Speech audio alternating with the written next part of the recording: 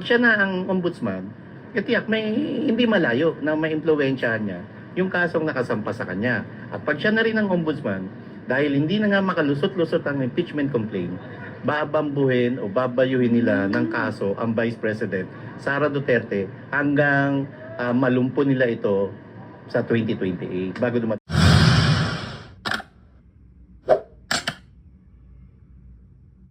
Client-lawyer relationship, maintindihan pa natin yan kung pribado yung kliyente mo. Yes. At mababa lang yung level nung antas nung mga impormasyon na binubunyag mo. Na pwede mong, sige, kailangan natin irespeto o kailangan natin kilalanin yung salitang code of silence, di ba? Bilang profesional. Pero nandito yung kababalaghan, nandito yung anomalya, katarantaduhan sa pinaka-presidente ng Pilipinas, sa loob ng palasyo ng Pilipinas, na siyang ama ng sambayan ng Pilipino. Diba? Tapos, pagwawalang bahala mo, na may nakita kang ganyan, dahil lang sa salitang code of ethics, ungas ka pala. Ungas. Napaka-ungas mo. Dapat ang iniinom mo, ang inumin mo, wag Milo. Tsaka dapat magbago ka na ng ginagamit, katol na lang ha, wag baygon. Oo, pag titira ka, singot-singot din ang katol. Para, grabe. Wag ka nagma-mouthwash ng baygon. Okay, Sorry sige. ha. Nabanggit mo lang din natin ang Lisa Marcos, no? Sa librong nandito naman sa Kingmaker. Alam mo ba, yung South Korea's former First Ladies na si Kim Kyun-hee was arrested late Tuesday over a range of charges including stock manipulation and corruption. Wow, sana all. Sana all. Sana all. Sana all. Kaya We'll see. former, ibig sabihin yung past administration siya. Malay mo, may 2.0 na. Level up na. Concurrent. Malay mo lang naman. Ano ba siya? Na-extended ba sa kanya yung immunity? Wala kang mandato eh. Civilian ka. Ang tanong nga ron lawyer ka sa Amerika. Tapos may nangyaring ganyang insidente na may na-overdo. Di ba? Paano ngayon? Dapat sinisilip yung lisensya niya bilang lawyer sa New York, di ba? Paano kung kakampi mo rin naman yung presidente doon na merong hangarin sa ating na may kapalit, no? Ito yung bargain, ito yung compromise agreement nila, na diba? sige, yung EDCA at total para mapanatili ka sa pwesto, sali na tayo sa gera, di ba? Lang naman yun. Kaya pati yung sa Taiwan, pinapay-pay. Diba? Kasi pagka may gera, hindi na sila alis sa palasyo ng Malacanang. At sila ligtas dahil mababantayan sila. Hindi na sila alis hanggang si Sandro ang makaupo? We'll see. Tingnan natin. Papayag ulit ang sa modern times na to, wherein people can now freely express what they dislike. Sa tingin mo, papayag pa ang maraming tao? Kaya galit na ang tao, Pam. Galit na ang tao. Kaya lang yung galit na maraming tao. Nasaan kayo pag kailangan yung galit ninyo? Correct, galit na ang tao. Galit na ang tao. Pam, balik ko lang doon sa kumag na to. Hindi ako makaget over. Anong pangalan ulit? Hindi po siya Jason, yung Suarez na congressman, ha? Oo. Ano pangalan na ito? Jason Binay. Ano ng mga Binay ito? Pamangkin ni Jejomar. Pamangkin ka pa naman ng isang Vice President Jejomar Binay na kahit papaano at matalino, isang magaling din lawyer, di ba? At nabinay ng gusto ng grupo ni Trillanes. Diba? Nakita mo yung connection mo? Yung tiyuhin mo, pag kinakampihan mo ang Antay Rodriguez, yan ang mga Trillanes group, mga Pinklawan, Dilawan, na ngayon, Aconchaba. Maliban na lang kung napag-utusan ka talaga ng Lisa Araneta Marcos. Naku Marlon, speaking of napag-utusan, kilala ko kung kaninong bata ito eh. Talaga? Sino? Banggit ka? Baka kilala ko rin. Huwag ko nang magbitin. Ha? Ito operator. Lawyer din naman yung may bata dito. Yan? Lawyer din? Matinik din na operator to sa politics, Marlon eh. Dahil good operator o bad operator? Before good siya, kasi dati tong PDP laban Marlon. Official. Kaya parang kilala ko na yan. Tumawid. Tumawid. Tumawid ng kabilang bakod. Uso naman yan, Marlon, ng tawiran kapag alam mo ng papalubog ang isang administrasyon. Papalubog, either papatapos ang iyong termino na maganda or papalubog yung termino mo na wala ka pa rin magandang ginagawa. Saka lumipat ka dahil kala mo uobra pa rin, kakapwesto ka, di ba? And mananalo ka. And look what happened to to Manny Pacquiao and Tolentino. Diba? Tumawid. Ito PDP to si, dalawang faction nga lang. Yung Pacquiao, PDP, saka yung Tolentino, PDP. Pero tumawid sa admin. Pero to, iba to. Pwede naman natin pangalanan to. Ayaw mong pangalanan? Pero alam ko, ano to? Baka matibag naman yung ano mo dyan, yung dibdib mo dyan, Marlon. Okay, alam ko na appoint to na isang dean ngayon ng isang eskwelahan. Bakit yung eskwelahan na yun, Marlon, sought after din? Hindi ko rin alam eh. No? Hindi ko rin alam. Anong meron? anong meron. And ano to, aplikante to ngayon, Pam? Nang? Sa ombudsman.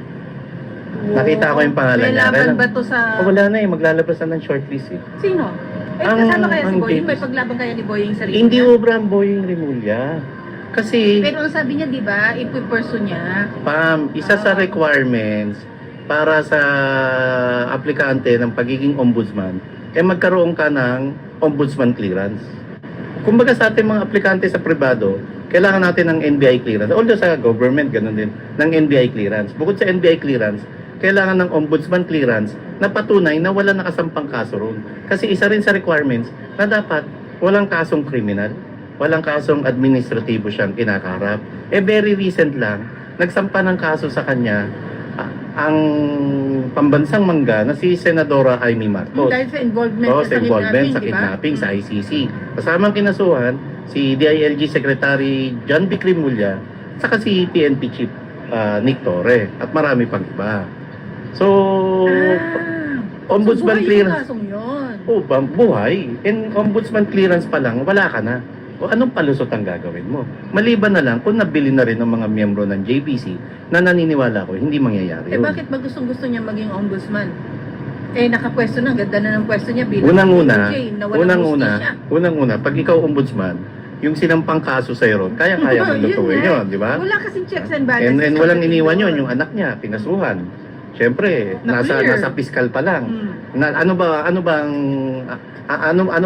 pinaka head office ng prosecutor's office? Hindi ba DOJ? DOJ, so na-cleared.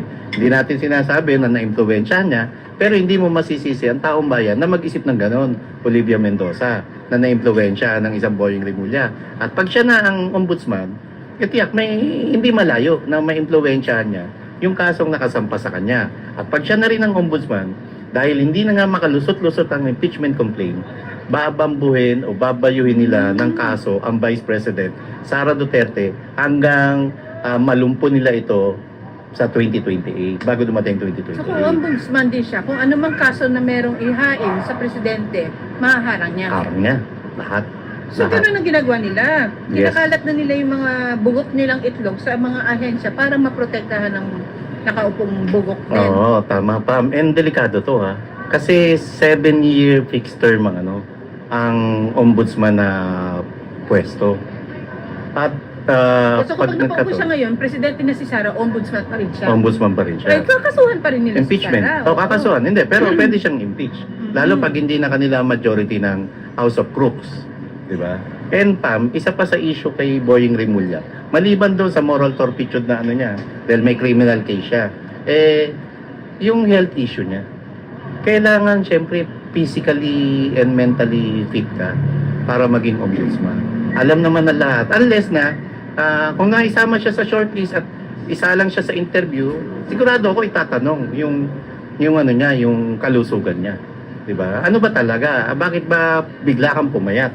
Bakit nung nakaraan talagang lumulumo ka? Resulta lang ba to ng stem cell? O resulta lang ba to ng kung ano mang procedure na ginawa sa'yo kaya naka-recover ka? Kasi nung nakaraan, kulang na lang, isang bituka na lang ang pipirma. Isang bulate na lang.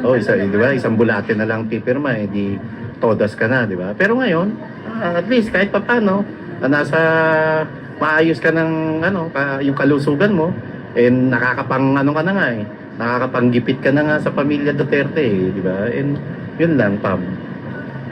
We'll see, tingnan natin. May nagtatanong, Marlon, ano daw yung naging grounds bakit dinidiscar si Atty. Vic Rodriguez? Ethics daw. Dahil daw po, dito sa kanyang libro na Kingmaker, meron daw po siyang mga nilabag na mga confidential issues or matters na inilabas at sinulat niya dito sa librong ito.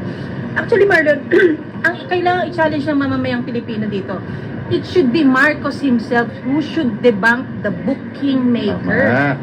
Bakit? Tama. Why are you the one debunking the book for Bongbong Marcos?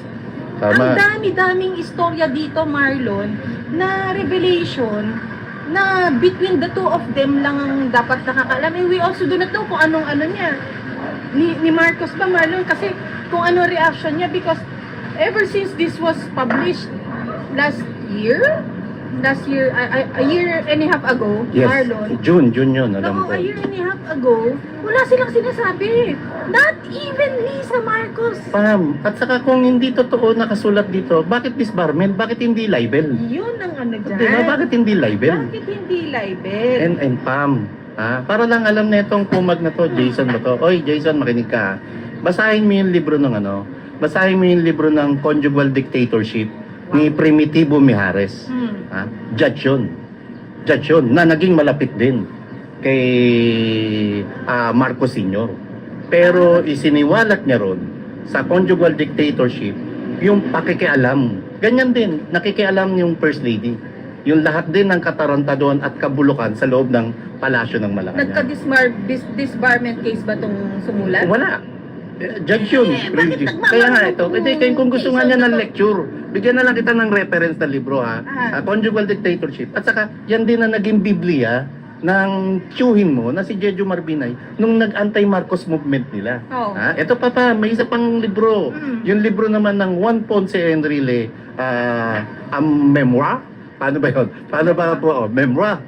Yung pronunciation ko, yan. bulol ako. M-E-M Mua. Memoir. And alam naman natin, naging defense secretary ang isang ni Marcos Sr. ang Juan Ponce Enrile. And alam din natin na abogado ang isang Juan Ponce Enrile. Meron ba nag-file ng ethics case tungkol sa kanya?